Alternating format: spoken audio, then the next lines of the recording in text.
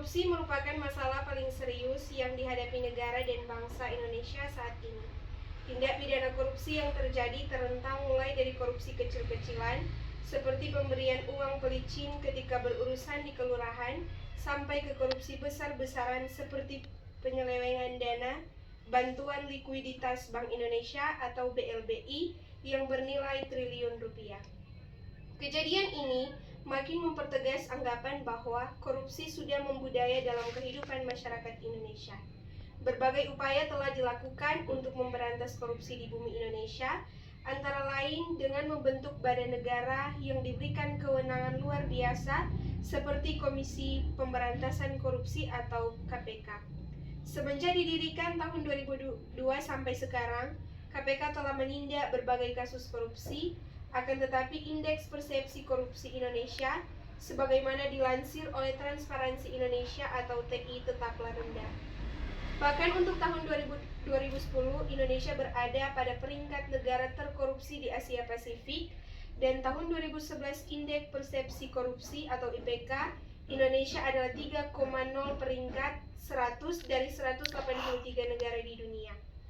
Menyikapi fenomena tersebut, diperlukan suatu upaya dalam pemberantasan korupsi, baik dari segi aparat, penegak hukum, kebijakan pengelolaan negara, sampai ke pendidikan formal di sekolah.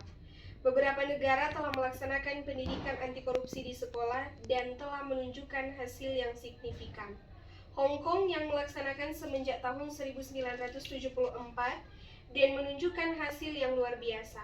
Jika tahun 1974 Hong Kong adalah negara yang sangat korup dan korupsi dideskripsikan dengan kalimat, maka saat ini Hong Kong adalah salah satu negara di Asia dengan IPK yang sangat tinggi, yaitu 8,3 dan menjadi negara terbersih ke-15 dari 158 negara di dunia.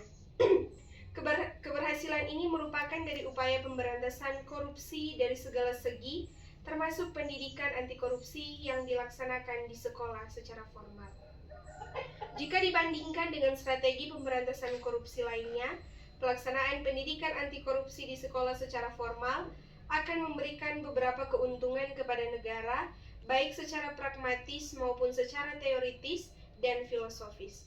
Pertama, lembaga pendidikan formal merupakan lembaga yang sudah stabil. Kedua, tidak menambah budget pemerintah secara besar-besaran. Ketiga, dapat dilaksanakan secara sistematis dan berkesinambungan. Dan terakhir, merupakan investasi bangsa dalam jangka panjang. Perlunya pendidikan anti korupsi sebenarnya sudah menjadi bagian dari pendidikan nasional. Dalam Permendiknas tersebut dinyatakan bahwa pengembangan sikap dan perilaku anti korupsi merupakan bagian dari kurikulum bidang studi pendidikan kewarganegaraan. Fenomena yang ditemui di lapangan menunjukkan bahwa pembelajaran tentang korupsi yang dilaksanakan dalam mata pelajaran PBAK belum sesuai dengan sasaran yang dikehendaki, terutama menyangkut penanaman sikap dan perilaku anti korupsi pada remaja. Pembelajaran masih terkonsentrasi pada pembentukan kognisi melalui pemberian informasi secara verbal tanpa memberi kesempatan kepada masyarakat untuk mengembangkan wawasan dan nalar akan dimensi moral dari korupsi. Oleh karena itu, penyuluhan anti korupsi ini perlu dilakukan untuk menekan terjadinya tindakan korupsi dari semua kalangan. Rumusan masalah penyuluhan ini dilakukan dikarenakan ditemukannya permasalahan yang muncul di masyarakat sebagai berikut. Pertama, kaum muda sebagai generasi penerus dan pegawai pemerintah di hari depan jarang tersentuh dengan ajakan dan pendidikan anti korupsi. Kedua, korupsi yang menjadi tata cara sehari-hari yang meluas menjadi perangkap etis bagi para reformasi potensial seperti aktivitas dan mahasiswa. Yang ketiga, persepsi masyarakat bahwa korupsi adalah hal biasa dan sudah menjadi budaya. Tujuan diadakan kegiatan penyuluhan anti korupsi ini adalah: pertama, membangun sistem integritas untuk meningkatkan kesadaran masyarakat untuk anti korupsi. Kedua, mobilisasi atau menggerakkan masyarakat sejak usia dini untuk saling mengingatkan dan mengkampanyekan tentang anti korupsi. Pengertian penyuluhan anti korupsi, korupsi adalah sikap dan perilaku untuk tidak mendukung adanya upaya untuk merugikan keuangan negara dan perekonomian negara. Dengan kata lain, anti korupsi merupakan sikap menentang terhadap adanya korupsi.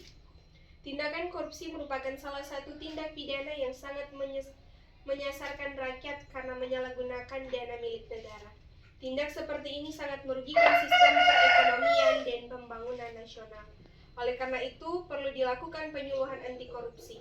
Penyuluhan anti korupsi adalah tindakan suatu kegiatan yang dilakukan dengan memberikan edukasi ke masyarakat terkait tindakan korupsi yang tidak boleh dilakukan baik dari tindakan yang kecil apalagi yang besar.